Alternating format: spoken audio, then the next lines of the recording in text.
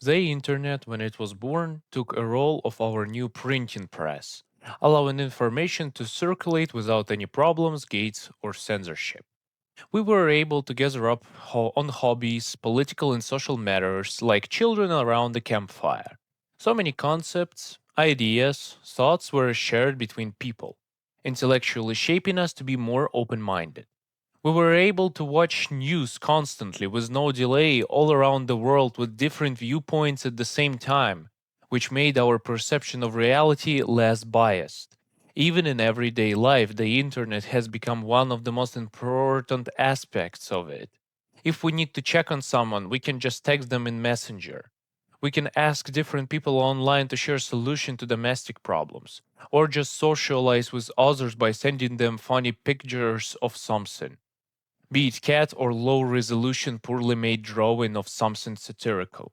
The internet made us free to express anything we wanted because it was so big, complicated, and diverse that any entity of power, be it government, social, religious movement, or even your gym bro classmate who does martial arts, was unable to use their monopoly on violence.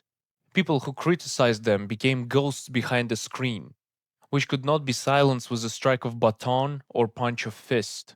They just could not be reached.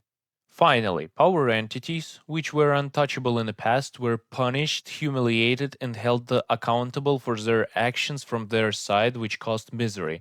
But not as violence outbreak, but in a form of shaming. The time between the 1990s and 2010s was an era when no amount of money and power could save individual from being mocked and laughed online, which basically made society finally equal. Everyone was equally vulnerable and accountable for their actions. It was extremely healthy for society because people had to actually provide solid arguments based on facts to justify their actions and decisions.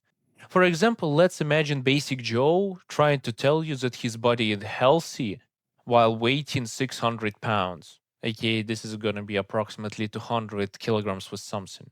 His argument goes against multiple sources, which proves that he will die from the heart attack. Those sources are easy to access with the internet help, allowing people to reinforce their common sense and not believe 600-pound Joe in this matter. Additionally, Joe will be trolled for his deranged opinion. By this, internet was protecting other people from applying Joe logic to themselves. Sounds like a tyranny of majority, where you will be punished for going against the opinion of majority. But no, it's not true. The moment Joe will be able to actually prove his statements with facts, everyone will stop trolling him and respect his opinion as a fact based. I know it is impossible to prove, but this is just an example of how digital space worked back then. Veneration of the proof. Wrong until proven right, right until proven wrong. Unfortunately, starting from the middle of 2010s, the internet slowly turned from being our savior to the most effective instrument of tyranny ever recorded in a human history. All those institutions and figures of power who were numbly seasoned for 20 plus years from their inability to submit everyone to them with a brute force anymore, like they did before for most of their existence, focus their resources on not improving living conditions of those who are under them or addressing concerns of those who troll them online over their questionable and unreasonable actions, but on creating surveillance tools to finally scoop up from a shell of online anonymity and beat up those who challenge their monopoly on violence with freedom of information. All around the world, groups and people of power, regardless of geographical location, flooded online spaces with the surveillance tools, which turns people electric devices into portable surveillance systems, which monitors not only persons' online activity, but one from real life too. Camera at the top of our modern phones is constantly scanning our face without most of us knowing. Even if you turn it off the function which uses your face as a password to enter it. While your microphone on your device can be used as listening device. All social media platforms, operating systems, and internet data backup clouds have a mandatory backdoor through which anyone powerful enough can look through your files, messages, and any other possible information about you, even one which you deleted previously. Any like on any content which you watched is now tied to your profile and could not be anonymous like back then, which leads others, especially institutions and individuals of power, to view opinions which are supported by you and based on that discriminate against you. This does not stop here. The internet, which was symbol of freedom and anonymity right now, can be used to monitor victims' real-time location with a precision of less than a meter.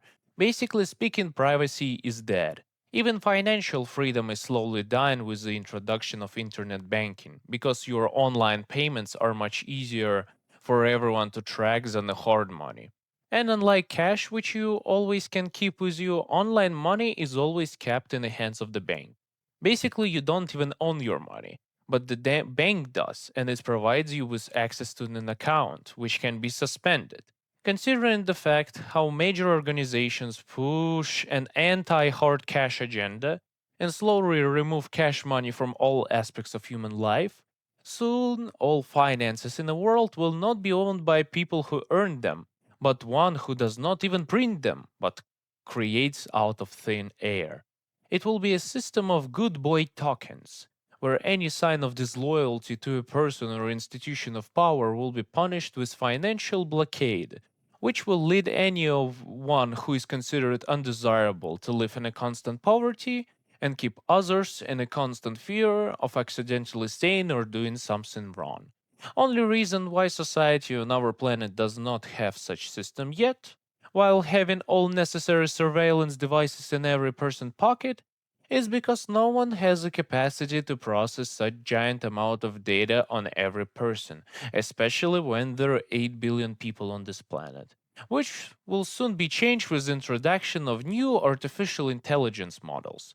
It will finally destroy our privacy in our lives with no hope of restoring it because of its ability to process large databases.